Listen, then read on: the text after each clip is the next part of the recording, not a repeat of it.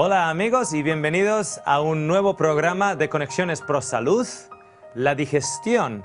Y llevamos ya 5 programas juntos y quiero darles las gracias por su fidelidad y por estar ahí aprendiendo y cuestionándose tal vez nuestros estilos de vida heredados que en cierto aspecto pues, nos están haciendo enfermos. Y no hace falta más que ir a ver la lista de espera en los hospitales. Hace un par de años el presidente americano, Obama, hizo lo que allá en América se llamó un health reform o una reforma de salud. Entonces a lo que se instó fue a que toda la administración hospitalaria cambiara para que fuera un poquito más ágil, para que las listas de espera fueran tratadas más rápidamente, para que la gente no tuviera que esperar por un tratamiento tantos y tantos y tantos meses. Y le llamaron reforma de salud. No sé si están dando cuenta. Para reformar la salud, el gobierno americano invierte en una transformación de la estructura. Pero la gente sigue enferma. Las listas de espera siguen de la misma manera, que sí que ahora posiblemente los pacientes sean tratados más rápido, pero esa no es la verdadera reforma de salud. La verdadera reforma de salud no implica una reforma en la estructura administrativa de los hospitales. Es reducir las listas de espera. Pero claro, el gobierno en sus ministerios de salud, en todos los países civilizados, lo que interpretan para reducir las listas de espera es agilizar el proceso. Pero una verdadera reducción en la lista de espera es cuando no hay tanta gente enferma. Cuando las listas de espera están solo ahí para gente en urgencias o para determinados casos, pero no para tantas y tantas y tantas personas enfermas. Eso es una verdadera reforma de salud, o en nuestro caso, una reforma pro salud. Eso es lo que realmente necesitaría ser implementado en los gobiernos.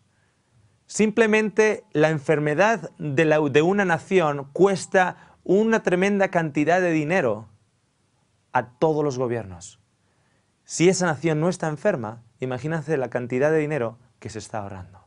Sobre todo ahora en un país como España y Europa en sí, y parte de una crisis mundial, en la cual se encuentran recortes en la sanidad. Pues que recorten la sanidad, pero usted invierta en salud. Porque si usted invierte en salud, a usted no le va a afectar ningún recorte en la sanidad. Pueden recortar la sanidad cuanto quieran, pero si usted está invirtiendo en salud, esos recortes a usted no le afectan. En el día de hoy, en este programa número 5, les voy a dar el título. Programa número 5, el pollo verde. ¿He abierto su apetito? Vamos a leer juntos. Estos seminarios están diseñados para compartir información con el público en general. La información presentada no ha de ser interpretada o usada para el tratamiento de casos individuales. Consulte con su profesional de la salud. En el programa número 4 mostramos las combinaciones más populares en todos los países civilizados, debería ser avanzados o modernizados. Porque civilizaciones hay en todo el mundo. En todos los países modernos, las combinaciones de alimentos fueron expuestas en el programa anterior y las más populares son las peores de aquellas combinaciones. Cuando nos vamos a los extremos, cuando empezamos a combinar elementos, por ejemplo, carbohidratos concentrados con un potencial de glucosa muy alto, y alimentos con proteínas concentradas, patatas fritas con pollo, un filete con arroz, etcétera, etcétera, etcétera. Les recuerdo el programa número 4 y le insto a que lo revise, pero vamos a hacer un pequeño resumen. Las proteínas concentradas necesitan un ambiente ácido en el estómago a la hora de que las cadenas, la cadena de proteínas, esos peptidos creo que se llama en español, en inglés se dice peptides. Estos peptidos, estas cadenas de aminoácidos comiencen a ser separadas con los o preseparadas con los jugos gástricos para que luego ya en el duodeno sean finalmente con la tripsina cortadas y asimiladas como aminoácidos en el cuerpo. Si el ambiente en el estómago está alterado y el pH es alterado, entonces esa proteína no va a ser tratada en el estómago como debería y luego el duodeno no va a poder asimilar no va a poder hacer el trabajo para asimilar a través del intestino delgado esas proteínas. Lo que significa que cadenas largas de proteínas que no han sido asimiladas en el cuerpo van a pasar al intestino grueso y van a pudrirse. ¿Okay? La proteína se está pudriendo. Y si usted va al baño, y amigo o amiga, si huele, usted tiene putrefacción y fermentación, porque técnicamente no ha de oler. No sé si usted se ha acordado o se acuerda cuando un bebé que está siendo amamantado por la leche de la mamá tiene que ir y mirar y observar a ver si el niñito tiene el pañal sucio. ¿Por qué? Porque normalmente apenas huele. El papá levanta al bebé y huele a ver si realmente tiene el pañal sucio, pero no lo huele. Entonces tienen que chequearlo muchas veces. ¿Por qué? Porque no hay fermentación, no hay una combinación extraña de alimentos, solo se están alimentando de leche de la madre, entonces no está fermentando, tienen suficiente bacteria que está siendo asimilada, entonces no huele. Pero cuando ese niñito empieza en sólidos y la abuelita viene y le da un trocito de pan y luego otro le da una gominola y viene otra persona y le da esto y luego le da pollo con arroz, que es muy sano. Pollo con arroz, que es muy sano. Entonces ese niñito, cuando su pañal está sucio, ya usted no necesita ir a mirar. El vecino le va a golpear en la puerta y le va a decir, cambia el pañal de ese niño. Porque empieza a ocurrir una fermentación y una putrefacción. Pero técnicamente, amigos, no debería ocurrir así. La función de los alimentos es para alimentar las células y cuando esa función ha sido ya realizada, cualquier desecho que haya tiene que salir del cuerpo lo más rápido posible y con un mínimo de olor, muy poquitito. ¿Okay? Pero ¿qué ocurre? Que con estas combinaciones en las cuales necesitamos un ambiente ácido en el estómago y sin embargo tenemos no unos carbohidratos en la zona del medio, sino normalmente unos carbohidratos refinados con un potencial de glucosa muy alto, altera el porcentaje el pH, altera el pH tratando de elevar el pH en el estómago, lo que significa que tanto las proteínas comienzan a un proceso de putrefacción como los carbohidratos concentrados comienzan un proceso de fermentación. Entonces hablábamos de esos dos extremos, de una dieta extremista. Y vivimos en una sociedad extremista. Y cuando nosotros estamos combinando de un lado y combinando del otro lado, estamos siendo extremistas.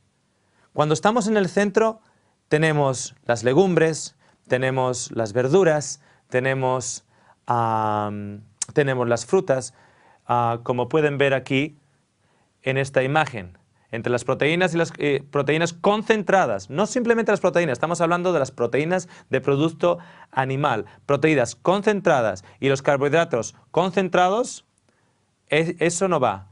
Pero, por ejemplo, si usted quiere consumir pollo, la idea es que lo consume con vegetales con un índice glucémico bajo. Por ejemplo, la patata tiene un índice glucémico alto. ¿Por qué? O el pan blanco, mucho más. El pan blanco es uno de los elementos, el pan blanco refinado con un índice glucémico bien alto. Lo que significa lo siguiente, que cuando usted come este producto tan refinado, durante las siguientes 2 horas su nivel de azúcar en la sangre va a subir, con lo que va a demandar de una manera muy dramática el trabajo del páncreas y la secreción de insulina. Entonces, lo mejor es comer el pollo con el área verde o el área de vegetales, excluyendo en este caso, por ejemplo, el pan blanco, el arroz blanco, etc. Pero si quiere comer arroz, puede comer, por ejemplo, el arroz integral, porque el arroz integral está en esta zona de aquí. Puede comer legumbres con ello, puede comer verduras, puede comer, como realmente recomendamos, toda comida con una buena ensalada, con bastante verde en ella, antes del comienzo de cada comida. ¿Okay? Entonces, si quiere comer un bistec o un filete, no lo coma con patatas fritas. Cómalo nuevamente con esta área de aquí. Comience con una gran ensalada y luego con unas verduras al vapor y tiene ahí el filete. ¿Okay? Entonces, esto lo digo para aquellos de ustedes que estén realmente interesados en cambiar su estilo de vida, en hacer una reforma de salud para rebajar las listas de espera en los hospitales de su país. Bien, ¿cómo por ejemplo comería el huevo? Normalmente el huevo frito se come huevo frito con pan y el pan es blanco. Entonces, se puede tener un huevo cocido, que es mucho más sano, cortadito en ensalada. ¿Se da cuenta? Entonces, todavía está comiendo, pero ahora está comiendo con entendimiento. Está comiendo con, no está comiendo con pobreza, está comiendo con entendimiento para su salud. ¿Ok? Déjenme mostrarle un versículo encontrado en la Biblia, en el Antiguo Testamento. Se encuentra en el libro de Levíticos, o el libro de Levítico, capítulo 11, y dice lo siguiente: estos son los animales que podréis comer de entre todos los animales que hay sobre la tierra. De entre los animales, todo el que tiene pezuña dividida, formando así cascos, hendidos y rumia. Este tipo de animales comeréis. Ok. A través de la Biblia hay una recomendación de qué animales comer, de qué proteínas concentradas comer, de dónde han de proceder. Y la característica es la siguiente: tiene que tener la pezuña hendida y dividida, y al mismo tiempo ha de ser un rumiante. Por ejemplo, la ternera o la vaca, el buey, la cabra, la oveja, el cordero, todos son animales rumiantes y al mismo tiempo tienen pezuña dividida. Y de todos esos, de ese tipo de proteína, se puede comer. ¿Ok? Se da permiso para comer. Entonces, muchos de ustedes, si realmente quieren una reforma de salud, lo que van a tener que hacer en estos momentos es ir a su frigorífico y tirar a la basura la carne de cocodrilo que tienen allá. Porque el cocodrilo, como pueden ustedes apreciar aquí, no es rumiante, de hecho es carroñero, no es rumiante y como pueden ver también no tiene una pezuña dividida, tiene así como dedos. Así que a aquellos de ustedes que tienen el cocodrilo en la casa, en la Biblia realmente le recomiendan que no lo coman. Muchos de ustedes también van a tener que deshacerse de la tortuga. Esa sopa de tortuga en los domingos posiblemente no le esté haciendo mucho bien.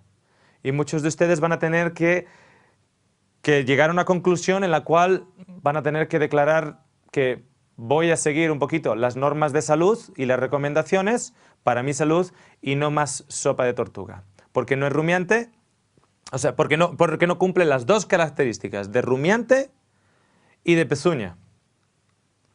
Así que muchos de ustedes también, esos filetes de mono que tienen en el congelador, yo les recomiendo que que se lo den al perro, pero que no compren más. Porque la carne de mono, pues no va a ser, primeramente que no es recomendada.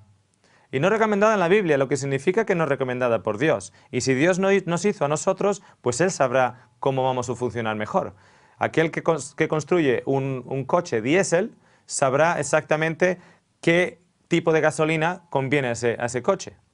De la misma manera, aquel que nos creó sabrá también que la carne de mono, por alguna razón, no nos va a sentar bien. Así que le recomiendo que esa carne de mono que usted tiene en el refrigerador o en el congelador, que se lo dé al perro o lo tire directamente, si no tiene perro.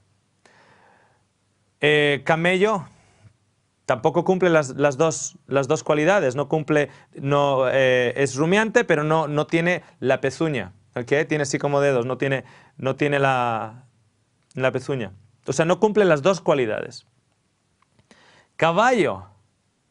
Bueno, por aquí por Europa muchos han estado pensando que estaban comiendo carne de ternera en la carne precongelada que estaban comprando, cuando en realidad lo que estaban comprando era carne de caballo. Así que literalmente les digo que no hay una recomendación saludable a la hora de comer carne de caballo.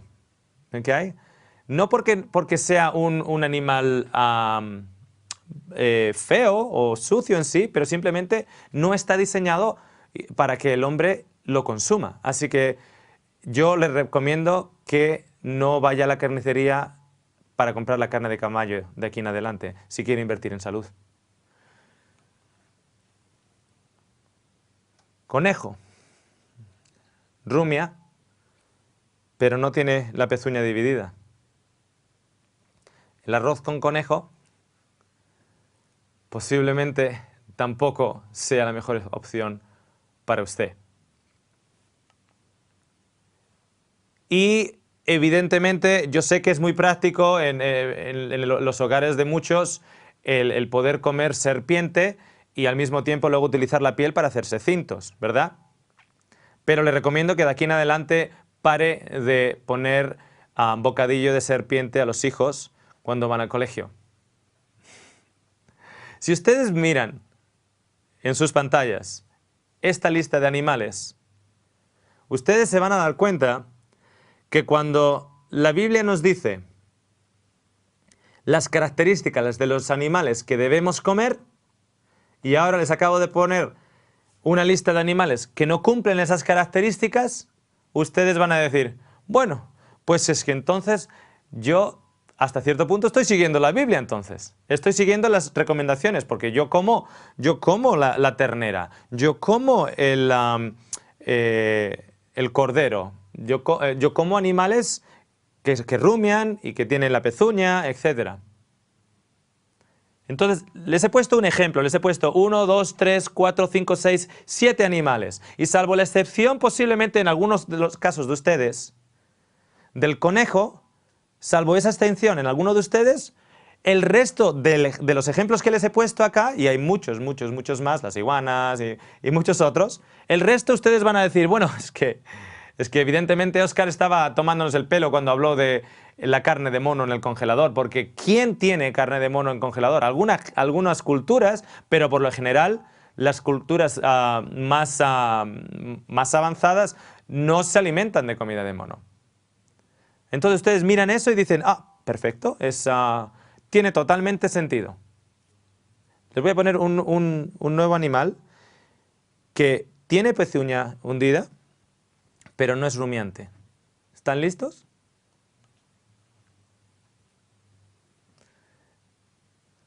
¿Lo ven en sus pantallas? ¿Le ven las pezuñas separadas o divididas? Pero no es rumiante. Entonces, esto no viene de un animal rumiante y con pezuña dividida. Entonces, esto no viene de pezuña dividida y un animal rumiante. Cuando les he hablado de la tortuga, les he hablado del del caballo, les he hablado de la serpiente, les he hablado de la iguana, etcétera, del mono, ustedes no tenían problema. ¿Por qué? Hasta ese punto ustedes dicen, bueno, pues aquel que inspiró la Biblia, pues tenía que ser bien sabio. ¿Por qué usted dice que tenía que ser bien sabio? Bueno, porque pensaba como yo. Pero ahora cuando vemos que hay un animal que no cumple tampoco las características, pero es un animal que me gusta a mí, entonces la persona que inspiró la Biblia ya no es tan sabia. ¿Por qué? Porque no piensa como yo. Pero lo cierto es que hay una correlación entre las enfermedades de tipo intestinal, de tipo nervioso e incluso cancerígeno, unido al consumo de cerdo, que es impresionante. Lo único que usted tiene que hacer es ir al internet y poner consumo de cerdo con el cáncer. Y verá la cantidad de artículos científicos que aparecen al respecto. Yo cuando uso el Google, yo no uso el Google normal. Yo voy a un Google que se llama Google Scholar. Usted puede poner Google y luego poner Scholar. Scholar significa pues que solo le va a aparecer artículos científicos en ella. La lista de artículos que le va a salir solo son científicos. Entonces no es lo que la opinión de uno tenga, que haya puesto una website y la haya puesto ahí en Google. No.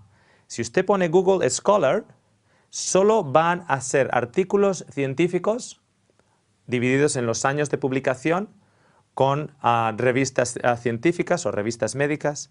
Y ahí, cuando usted ya haya entrado en Google Scholar, usted pone cerdo unión con cáncer. Cerdo, unión con artritis. Cerdo, unión, parásitos. Cerdo, unión, tumores. Y se va a quedar asombrado que a día de hoy el cerdo de bellota estará solo alzado en las nubes de la santificación solo aquí en España. Pero en el mundo científico no está tratado con respeto para nada, porque la ciencia está demostrando una y otra vez. Claro, cuando tenemos gente en la televisión, médicos que dicen, sí, el cerdo de bellota. Déjeme decir una cosita. Ese médico no ha leído las revistas actuales de medicina, ni las revistas científicas, ni las publicaciones científicas actuales. Yo no sé qué es lo que está hablando, no sé si es cultura, no sé si es su propio deseo de comer cerdo y jamón él mismo, no lo sé lo que es, pero definitivamente ese comentario no es para nada científico. Yo sé que esto puede que duela a alguno de ustedes, pero puede estar en una lista de espera o puede estar usted invirtiendo en salud. Y si no le digo la verdad, entonces no tiene opción para conocerla. En Levíticos 11 también nos dice lo siguiente: de todos los animales que hay en las aguas, comer de aquellos que tienen aletas y escamas en las aguas, en los mares y en los ríos. Ahora nos habla de las cosas en el mar. Bueno, pues tiene que tener aletas y escamas. Bueno, pues el bacalao, ¿no? La sardina. Claro, totalmente tiene sentido común.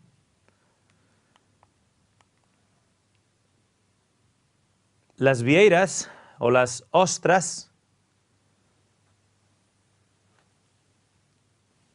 no tienen escamas y no tienen aletas y son las responsables del filtrado del mar. Si usted está en una cocina, en la cocina de su casa, y usted tiene el lavaplatos, y ese lavaplatos tiene un filtro. Cuando usted pone los platos en el lavaplatos para lavarlos, hay un filtro que filtra los residuos y de vez en cuando hay que limpiar ese filtro. Si usted entra en su cocina y tiene un frigorífico o un refrigerador lleno de comida, ¿usted abriría el lavaplatos y se comería el filtro? Pues eso es lo que usted está comiendo cuando come estas criaturas. ¿Tienen una función? Sí, pero la función no es para alimentar a las naciones. La gente dice, no, pero si tiene un montón de minerales, claro, tiene un montón de todo, porque son los filtros. También una tremenda cantidad de metales pesados, tremenda. Este individuo de acá no tiene escamas y no tiene aletas. ¿Cuántos de ustedes se comerían un saltamontes?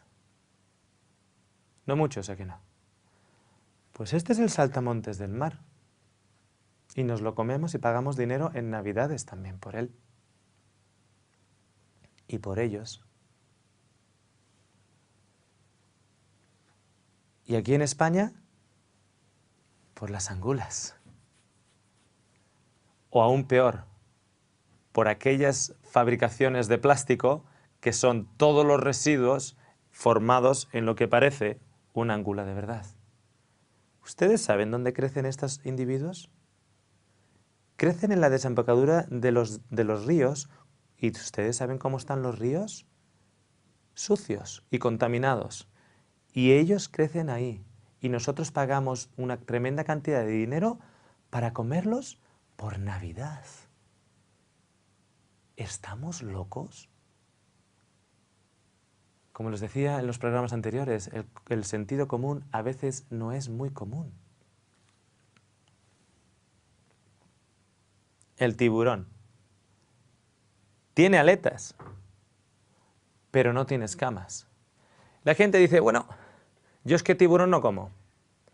Pues si no come tiburón, no se preocupe del tiburón. ¿Come alguno de estos otros? Allá en Australia yo tengo un amigo que él es pescador en el norte de Queensland. Él entra en unos grandes barcos y ellos pescan tiburón. Es lo único que pescan, pescan tiburón. Bueno, es el negocio, es pescar tiburón. ¿Para qué lo utilizan? En Australia, el fish and chips, que significa que es el pescado rebozado con patatas fritas que lo venden en puestos pequeñitos o en restaurantes pequeños, etcétera, que es bien famoso, es un plato bien famoso en Inglaterra también. Entonces Australia, viniendo de Inglaterra en sí, la cultura inglesa, adoptó el fish and chips. En el 90% del pescado que es frito y rebozado y frito, comido con patatas fritas, allá en Australia, el 90% es tiburón. 90% es tiburón. A no ser que ponga el nombre que te diga que es barramundi o snapper o cualquiera de los peces que hay por allá, de seguro va a ser tiburón. Cuando es otro te lo anuncian, si no te lo anuncian es tiburón. Entonces hay un gran mercado porque es una comida popular, una comida rápida, una comida extremista, porque tenemos el pescado y las patatas en el otro lado, pero es tiburón. Bueno, este amigo mío me contó un detalle, no hace mucho, ahora como un año atrás, me decía que ellos solo tienen licencia en toda Australia para pescar tiburones de menos de 15 kilos. Entonces, solo hasta 15 kilos. Si pescan un tiburón y lo pesan y es más de 15 kilos, lo tienen que devolver al agua. Entonces le digo, ¿entonces cómo lo hacéis? Dice, bueno, si llega un tiburón de más de 15 kilos, lo que solemos hacer, le quitamos la aleta de arriba y tiramos el tiburón de vuelta, porque esa aleta nos vale para mandarlo con el resto de las aletas que cortamos, para mandarlo a Japón, porque los japoneses toman sopa de aleta de tiburón, etc. Entonces hay un mercado grande, gana mucho dinero solo por las aletas. Pero las autoridades australianas, ellos no pueden llegar al puerto con un tiburón que pesa 15 kilos, porque pierden la licencia. Entonces yo le decía, y yo me hice un poquito el tonto y dije, ¿por qué 15 kilos? Dime, explícame, para que yo pueda explicar a otros. Y dice, bueno, porque Las autoridades han puesto la cantidad de 15 kilos como límite porque si no el contenido de metales pesados dentro de la grasa natural del pez es demasiado alto y no es apto para el consumo humano. Ah, le digo, amigo, entonces cuando ustedes pescan un tiburón que pesa 14 kilos 900, me dice, ese nos lo podemos quedar, porque son 14 kilos 900. Y le digo, ¿y los metales pesados? Y se ríe. Claro, el tiburón no va nadando en las aguas contaminadas de este mundo, absorbiendo el plomo, absorbiendo el mercurio, absorbiendo todas esas cosas, absorbiéndola y guardándolas en sus células liposas. No lo hace a partir de los 15 kilos. Lo hace desde que nace. Y posiblemente ya naciendo tenga un contenido por el hecho de que ha nacido de un tiburón maduro que ya de por sí estaba contaminado con ello. Entonces, ¿qué ocurre? Que cuando tiene 14 kilos 900 también está contaminado con metales pesados. Atención, las autoridades australianas dicen que si tiene 15 kilos no lo pesques porque los índices son demasiado altos para el consumo humano. Usted si está contaminado con metales pesados, eso le va a afectar toda la asimilación de la vitamina B. Le va a afectar, de hecho, todo su sistema nervioso, porque el sistema nervioso necesita del complejo vitamínico B para realmente ser activado y trabajar correctamente. Pero el tiburón de 14 kilos también tiene. Y el tiburón de 13 kilos también tiene. Miren esta foto. Esto es un atún. El atún tiene escamas. Técnicamente sí. Tiene unas pocas aquí. Así que les doy las escamas. Técnicamente, el atún se puede comer. Técnicamente. Si vamos a la letra de la ley y vemos que tiene unas poquitas escamas ahí. Técnicamente sí. Por lo demás se parece bien parecido a la piel del tiburón. Pero técnicamente tiene escamas. Y tiene aletas. Así que técnicamente el atún se puede consumir. Déjenme mostrarles, para que lean en sus pantallas, este artículo del diario El Mundo, aquí en España. El diario El Mundo nos dice lo siguiente: el mercurio e infarto, los peligros de una lata de atún. En El Mundo, en el periódico El Mundo, dice: algunas dietas recomendadas por los especialistas podrían no ser tan beneficiosas como se pensaba. El consejo de aumentar el consumo de pescados ricos en ácidos grasos omega 3 por sus efectos cardioprotectores podría quedar obsoleta. El consumo de especies marinas es la principal vía de entrada de mercurio al organismo. El mercurio es un metal pesado con efectos tóxicos bien conocidos en el ser humano, en especial sobre el sistema nervioso. La fuente principal de este metal es el pescado de nuestra dieta. Aunque salvo los peces procedentes de zonas con elevadas tasas de contaminación, no todas las especies contienen la misma cantidad. Omega 3. Ácido graso omega 3. Hay que comer pescado azul para el omega 3. Les voy a comentar un secreto. Hay un número de industrias que son sponsorizadas y financiadas por los gobiernos en todo el mundo, en Australia, en Europa, en América. Una de ellas es la industria del ganado. Otra es la industria de la leche y la otra es la industria del pescado. Están financiadas. Y las campañas más duras en relación a alimentos que nos encontramos están basadas en el consumo de la carne, en el consumo de la leche y el consumo del pescado. Y con el consumo de pescado vemos que tenemos los ácidos grasos omega 3, que esos que dan flexibilidad a tu célula. eso que te ayuda con el sistema nervioso, eso que te ayuda a la hora de rodear esa célula y que te permita absorber nutrientes en esa célula, la omega 3. Pero lo que no te dicen es que la omega 3 es susceptible a la luz y al calor. Entonces, cuando yo hago un filete de un pescado azul y lo expongo a la luz y luego lo meto en el horno por 20 minutos a 160 grados de temperatura y lo expongo al calor, adivine cuánto omega 3 usted está consumiendo.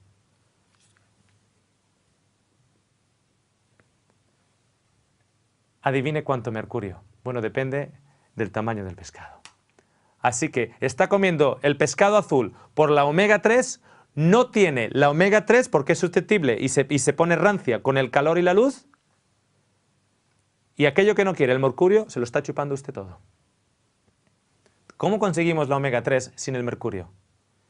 Semilla de linaza. La semilla de linaza usted la mete en una batidora o en un molinito, donde se muele el café, por ejemplo, o en una pequeña batidora, y echa lo suficiente para una semana y lo bate hasta que esté bien molida. Cuando esté bien molida, no la compre molida del supermercado porque es susceptible a la luz.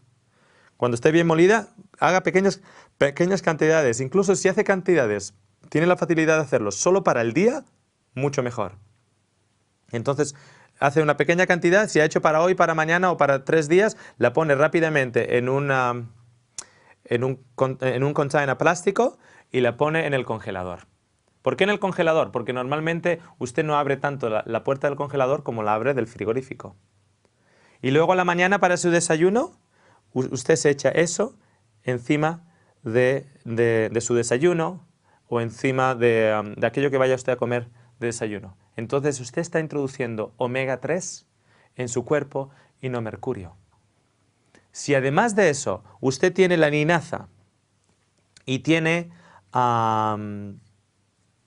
algún tipo de frutos secos, especialmente la nuez, mezcla la linaza con la nuez y la bate hasta que quede así como pulverizado, como polvito, como polvo granulado. Ahora, cuando usted consume eso, está consumiendo omega 3 y omega 6 en la proporción correcta. Si bien uno de ellos lo hace flexible, el otro lo ayuda a absorber los nutrientes. Y el omega 3 y el omega 6 trabajan de una manera compaginada, pero no hay mercurio en ello. Fíjense este artículo que apareció en el Sydney Morning Herald allá en Australia, que no se puede pescar ahora en la bahía de Sydney. O si pesca, no se lo coma. Pesque por hobby, pesque para pasar el tiempo, pero no se coma ese pescado porque tiene una tremenda cantidad de mercurio y más pescados aparecen con cánceres a la piel, etcétera, etcétera, etcétera. La letra C. La letra C es la letra con la que comienza la palabra carne, pero también es la misma con la que comienza la palabra cáncer. Ambas comienzan con la letra C. Aquí les pongo una referencia de cientos de referencias, de cientos de estudios en los cuales se demuestra una conexión tremendamente cercana entre el cáncer y el consumo de la carne. Una dieta de carne tiene una fuerte conexión con el cáncer de colon. Hablábamos en programas anteriores cómo cuando nosotros estamos aumentando el compost en nuestro colon y cuando estamos aumentando el compost con una proteína que no ha sido digerida, que no ha sido absorbida y la estamos llevando a ese lugar donde no puede ser digerida ni tratada correctamente, sino solo estimular la bacteria de la putrefacción, estamos aumentando el riesgo del cáncer. Cáncer y carne comienzan con C y la carne aumenta el riesgo de cáncer en las glándulas linfáticas.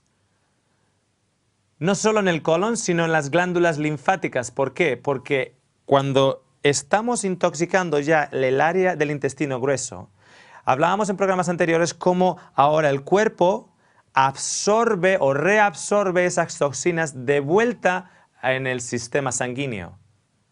Pero el sistema sanguíneo es filtrado a través del sistema linfático. Y el plasma del sistema linfático, la cantidad de plasma que ha de ser reabsorbida en el sistema sanguíneo pasa por el sistema linfático y es filtrado por el sistema linfático y por sus glándulas.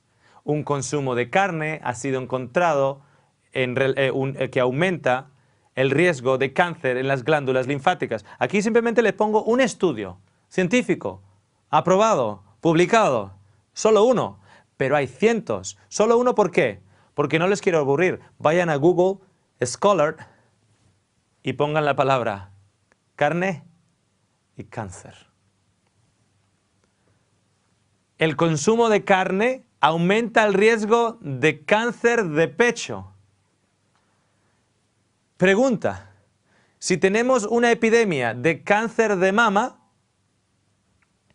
¿cómo es posible que teniendo estudios identificando el aumento de riesgo con consumo de proteínas concentradas y el aumento en el índice de cáncer de mama, cómo es posible que nadie diga a esa mujer que una de las cosas que tiene que hacer para prevenir el cáncer de mama es reducir o eliminar las proteínas concentradas? ¿Cómo es posible que nadie se lo haya dicho? Cáncer y carne empiezan con C y el consumo de la carne aumenta el riesgo de cáncer de próstata. Si tenemos una epidemia de problemas de la próstata, ¿cómo es posible que no haya una campaña de reforma de salud que ayude a recortar las listas de espera e informando a la gente que han de reducir el consumo de proteínas concentradas de origen animal si quieren prevenir el cáncer de próstata? ¿Cómo es posible? No tiene sentido. El consumo de carne aumenta el riesgo de cáncer de ovario. ¿Y nadie nos dice nada? ¿Y no hay un doctor que diga tienes que reducir o eliminar el consumo de proteínas concentradas? Pregunta, ¿qué leen estos doctores? Porque estos son estudios científicos. Hay un montón de estudios publicados en medical journals, en revistas médicas. Y yo no lo sé cómo funciona acá, pero allá en Australia, cada doctor tiene que estar suscrito a un número de revistas médicas para estar al corriente de los últimos avances y los últimos descubrimientos y los últimos estudios. Ah, que se me olvidaba. Que la industria de la pesca, la industria de la leche y la industria de la carne son financiadas y sponsorizadas por los gobiernos. Carne y cáncer empiezan con C. Existe un vínculo indiscutible entre el colesterol y el cáncer. Un vínculo indiscutible entre el aumento del colesterol y el riesgo a problemas cardiovasculares, el consumo de la carne y que alguien esté falleciendo de ataque al corazón. Y no sé cómo, yo llevo 18 años fuera de España, pero yo recuerdo ser jovencito y escuchar a doctores decirle a personas que tenían problemas con su sistema cardiovascular que de comer coman solo cerdo de bellota, cerdo ibérico. Por favor, ¿de dónde han sacado eso? Cuando hay un vínculo indiscutible. El pollo verde del 2006. En Australia estaba llevando unos programas y estábamos informando acerca de estos temas y el título del programa de aquel día, en el 2006, yo le puse El perro púrpura. Y lo llevábamos en una especie de, allí se llama un town hall, es como el ayuntamiento. En un ayuntamiento, una sala de conferencias de un ayuntamiento allá en Australia, y llegaron la gente, llegaron las personas para escuchar el tema del día. Llevaban viniendo una serie de días y llegaban ese día, y claro, ese día estaba lleno. ¿Por qué? Porque la gente había leído el título, el pollo púrpura, y había aparecido allá. Y yo cuando vi a tanta gente dije, wow, no me imaginé que simplemente por el título, el pollo púrpura, hubiese atraído a mucha más gente de lo que había estado viniendo los días anteriores. Hasta que empecé a hablar y alguien levantó la mano y me dice, ¿vas a hablar del pollo verde? Le digo, bueno, vamos a hablar del pollo púrpura. Ah, que también hay púrpura. Le digo, ¿a qué se refiere? Nosotros estamos aquí por lo que hemos escuchado ayer en el programa nacional del canal 7 o del canal 9, que se llama Current Affairs, a las 8:30, nacional en Australia, el caso del pollo verde. Le digo, ¿cuál es el caso del pollo verde? Me dice, bueno, pues esta señora que compró un pollo, lo dejó en la nevera y se le olvidó comerlo y a los 3 días... No, perdón, lo dejó fuera de la nevera, lo trajo, cogió trajo las bolsas del supermercado y lo dejó encima del mostrador, en la cocina. Pero se olvidó meterlo en la nevera. Se fue a la mañana siguiente a trabajar y regresó y ya como había habido calor, decidió que en lugar de comérselo ella, se lo iba a dar al perro. Entonces cogió el pollo, lo puso afuera para el perro y cuando apagó la luz de la cocina y se iba a la cama, se dio la vuelta y había una luz verde. Y dijo, ¿y esta luz verde? Y salió fuera y el pollo estaba iluminado. Verde. Así como un fluorescente. Las empresas de carne comenzaron a explicar que, bueno, que a veces una bacteria en el proceso de descomposición puede producir ese efecto, etcétera, etcétera, etcétera. Ese perro se estaba comiendo un pollo verde. Y ese día yo me acuerdo bien en especial porque era el 2006 y el lugar en ese ayuntamiento, en esa sala de conferencias estaba lleno. Porque alguien había visto algo en la televisión que dijo, wow, ¿qué estamos comiendo? ¿Cómo nos están alimentando? ¿Y qué tipo de industria está siendo financiada? El pollo verde. Tenemos las vacas locas. Tenemos la gripe avial. Avial. Allí se llama the bird flu.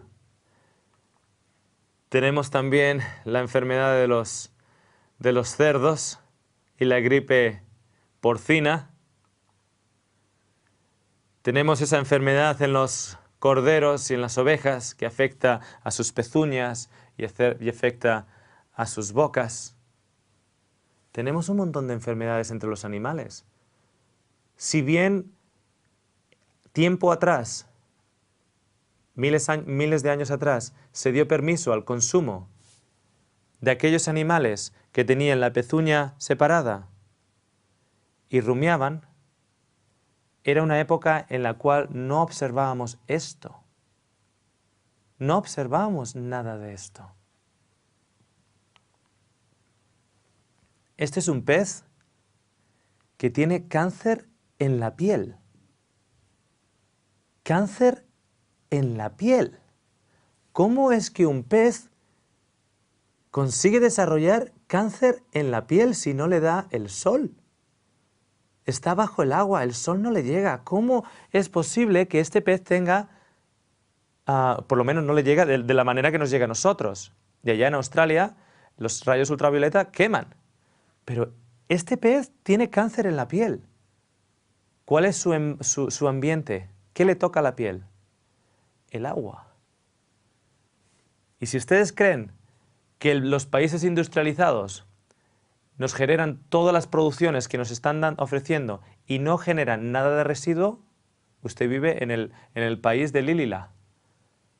Porque lo cierto es que los mares en el día de hoy tienen una cantidad de toxinas impresionantes. Mire qué foto más hermosa. Mire qué foto más hermosa. Un niñito allá en India, la vaca pasaba y el niñito se acercó a la vaca y comenzó a mamar. Se ve tan bonita, es como para ponerla en un cuadro.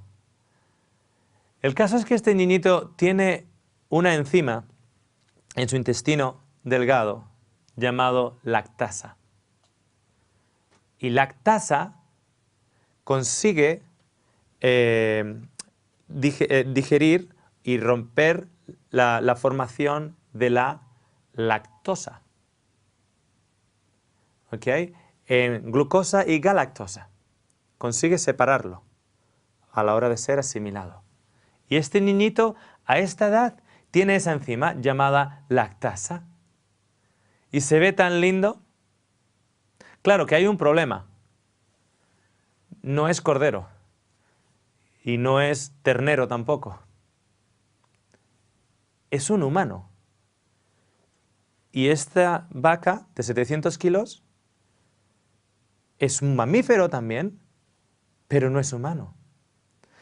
Cuando la vaca da leche al ternero, esa leche está diseñada para que esos huesos de ese ternero sean fortalecidos rápidamente, porque ese cordero va a estar en sus 4 patas prácticamente al nacer, o muy pronto después de nacer.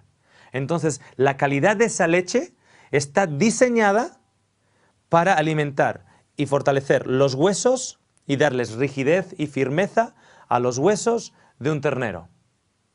La leche de la mamá está diseñada para dar flexibilidad, no rigidez, sino flexibilidad a los huesos del bebé. Porque el bebé necesita unos huesos flexibles. Y si nosotros le estamos dando una leche que está diseñada para hacer los huesos rígidos, estamos siendo contra natura. Ese niño no va a comenzar a andar hasta la edad de 1 año. Pero ciertas partes en su sistema óseo todavía tienen que adaptarse y endurecerse de una manera gradual. Por eso la leche de la mamá está diseñada para ello. Y tiene una enzima llamada lactasa que puede digerir la lactosa. Pero cuando ese bebé empieza a crecer, el número de lactasa empieza a reducirse. Es como que un interruptor se va apagando.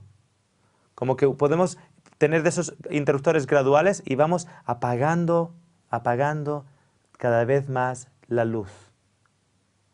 Porque el ser humano es el único mamífero que continúa bebiendo leche en la edad de adulto y de una especie diferente. ¿Se han dado cuenta?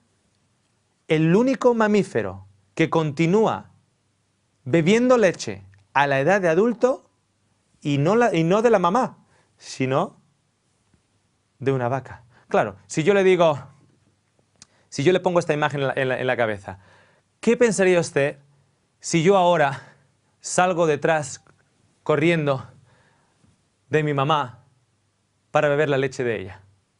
Usted pondría una cara como, por favor, eso es grosero y es totalmente insano.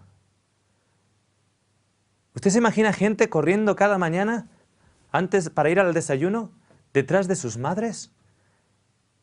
El joven de 25 años, mamá, tengo que ir al colegio, y sale a buscar a su madre para tomar leche de ella. Es totalmente ridículo. Pero amigos, salimos detrás de una vaca. Salimos detrás de una vaca. Y si bien esta foto que tenemos aquí se ve tan hermosa y se ve tan bonita y está para un cuadro, esta foto de aquí se ve totalmente innatural. Se ve totalmente innatural. En el próximo programa vamos a hablar un poquito más acerca de las proteínas y cómo esas proteínas, si entran dentro de nuestro sistema sanguíneo formadas y no como aminoácidos, pueden causar, de hecho causan, una reacción autoinmunológica en el cuerpo humano. Me encanta la foto, sí. Es graciosa, es absurda, es la realidad de muchos de nosotros. No, pero si yo no hago eso, yo no me pongo debajo de una vaca, yo la cojo del cartón. ¿Pero de dónde crees que viene? ¿Solo porque la has embotellado en un cartón? No significa que no venga de la vaca. Y usted no tiene la suficiente lactasa, porque usted es un adulto. Si quiere saber cuándo un niño debería estar dejando de consumir la leche de vaca, usted imagínese lo siguiente. ¿Hasta qué edad parece normal que un niño salga detrás de la mamá y beba de su pecho? ¿3? ¿4 años? Definitivamente no 12. Y los países con más consumo de leche y productos lácteos son los países con más casos de osteoporosis. Algo no está funcionando en lo que nos están vendiendo. Para concluir, lean conmigo. Un gran número de evidencias científicas afirman que una dieta vegetariana es óptima para la prevención de enfermedades. Y eso lo ha publicado también hace muy poquito el diario El Mundo, aquí en España. Nos vemos en el próximo programa.